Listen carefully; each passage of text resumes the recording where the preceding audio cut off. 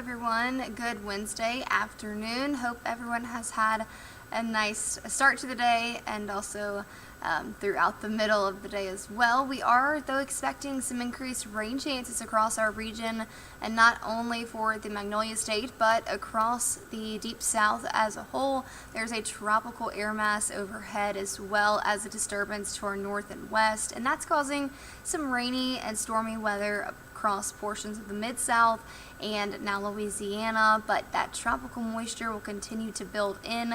Notice widespread scattered storms across the northern tier of our state, and even some of those that are on the stronger side. Right now, a severe thunderstorm warning issued for northeastern Mississippi, and also some rainy weather back off to our west across portions of southern Arkansas and Louisiana. For us right now, they're still kind of hit or miss, but I do expect these storms to increase in coverage throughout the day and throughout the afternoon, and the heaviest of rain still has been to our south and east, but we've got in on a few stray showers here across the metro. Nothing very monumental, no heavy rain is coming down, but if you are watching from Clinton or maybe Southwest Jackson, we did catch a little bit of rain just a few minutes ago, and also across parts of Brandon. Utica, you're seeing a little light rainfall this afternoon, but further to our south, that's where some more impressive rain totals will be, with some thunderstorm activity in Simpson County just to the west of Highway 49 over Highway 469.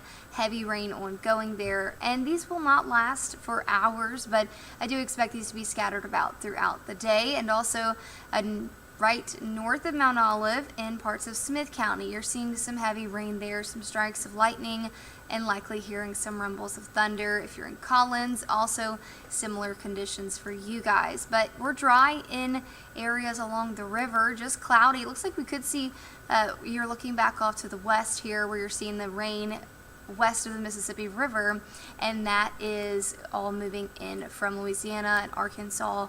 I do still expect some showers across our region this afternoon into the early evening hours as well. Temperature wise, though, we are still very hot and humid at 94 in the metro. Dew points in the mid-70s. That means our feels like temperature is actually at 105. Of course, anything at or above 105, that is the dangerous territory that you need to remember your heat safety tips, and also please drink plenty of water.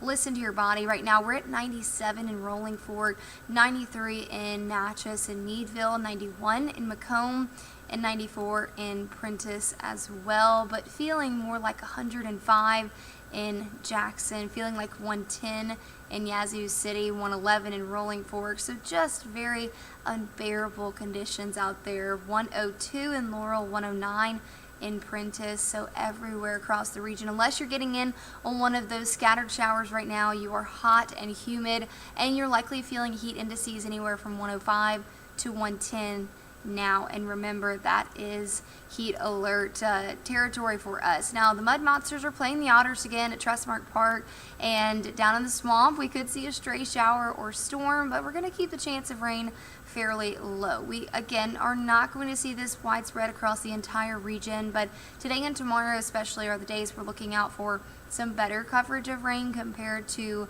the end of the week and the weekend. And you can see it here on our future track next weather maker. Some scattered showers and storms, but the heavier rain should stay to our south and east, closer to Marion and Lamar County, as well for Smith, Jefferson Davis, and Covington County.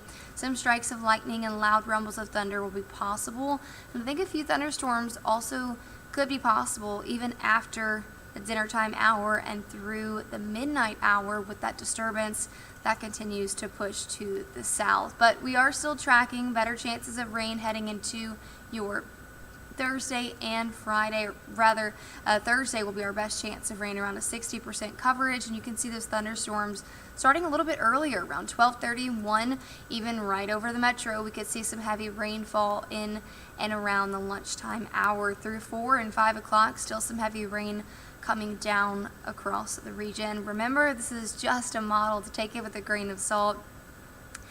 This just gives you a good idea of the coverage of rainfall that we are expecting. Now, we do have a lot of activity in the tropics, and it is no surprise as we are getting closer to the peak time for hurricane season, mid-August through mid-September is usually the time that we watch for more activity. And we do have one named storm out there, but a couple other areas that we're going to watch closely. This one, a low 20% chance over the next 7 days that it will develop into anything tropical. Right now, just a very disorganized area of showers and thunderstorms, and it's likely going to move over the Yucatan Peninsula closer to the eastern coast of Mexico. So we're going to watch that closely, but regardless of if it forms or not, it won't have much impact. You can see what's left of this little disturbance we were watching just to the east of New England, and that had a 0% chance of development. Still not anticipating anything to come of that, but you can still see a little bit of that broad rotation. Tropical Storm Erin, though, is still out in the Atlantic, and it is staying rather healthy. We haven't seen much strengthening over the last 24 hours, but it still has sustained winds of 45 miles per hour, moving to the west at 17, and it should remain a tropical storm through Thursday morning. And by Friday morning, the National Hurricane Center and of course our models are really picking up on some intensification there, becoming a Category 1 hurricane. That will be our first named hurricane of the year. But then it doesn't stop there. It will strengthen as it moves just to the north of the Lesser Antilles Islands and also to the north of the British Virgin Islands. Now, this is a cone of uncertainty, but keep in mind, by Sunday morning, it is projected to become a Category 3 hurricane. So those islands there really need to watch out for the storm. It's too close for comfort, so we could see this cone shifting to the south or to the north.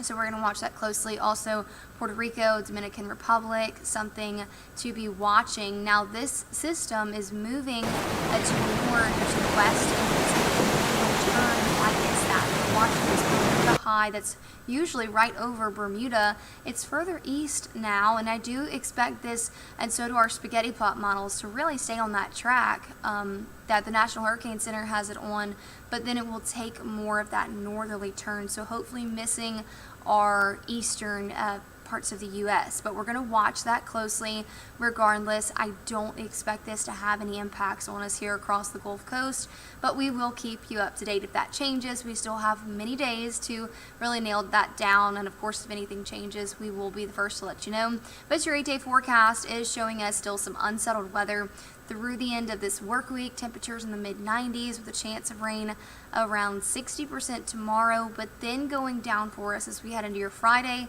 and the weekend. So outside plans will be better this weekend, but with the lower chances of rain, that means temperatures are coming up, and we're talking about mid to upper 90s for air temperatures, but likely those heat indices will be closer to the dangerous territory, which of course 105 to 110. And into next work week, we're expecting those temperatures to stay relatively high as well. We will see a little change in our temperatures by the end of next week, and that's likely going to be because of a wind shift as Tropical Storm Erin begins to take that northerly turn. But we're going to watch that closely for you. Just be prepared for the heat and the humidity, and likely some more heat alerts by the end of this work week, and low chances of rain through next week. We will of course have more updates tonight by Chief Meteorologist Ken South, and tomorrow morning again with Megan, Hannah. But until then, I hope you have a great rest of your Wednesday.